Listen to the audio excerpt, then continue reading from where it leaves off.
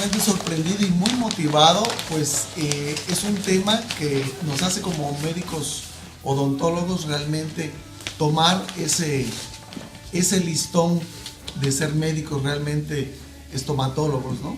El ver el enfoque interdisciplinario que hay entre una patología como es la apnea, el ronquido, pero manejado desde el punto de vista médico, que no nada más, como se ha hecho mucho en odontología, somos maquiladores, ¿no? De hacer, sin ver la parte médica.